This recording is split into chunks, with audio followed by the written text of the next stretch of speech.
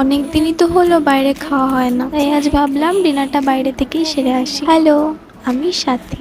মুখ দেখেই তো বুঝতে পারছো যে মনে মনে ঠিক কতটা খুশি আমি। গরমের মধ্যে দিনের বেলা বাইরে না বেরোতে ইচ্ছে করলেও রাতে কিন্তু খুব ইচ্ছে করে কোথাও গিয়ে ঘোরা খাওয়া। এই সুযোগটাই বা কে মিস করে বলো তো। বেশি লেট না করে আমিও রেডি হয়ে পড়লাম। আর আমার মেকআপ মানে তো তোমরা সবাই জানো। আর তোমাদের সাথে গল্প করতে করতে আমি ফুল রেডি। আর জানো আমি যে ড্রেসটা পরে আছি এটা খুবই কমফোর্টেবল। এত গরমের মধ্যেও সেমন কোনো প্রবলেমই হয়নি।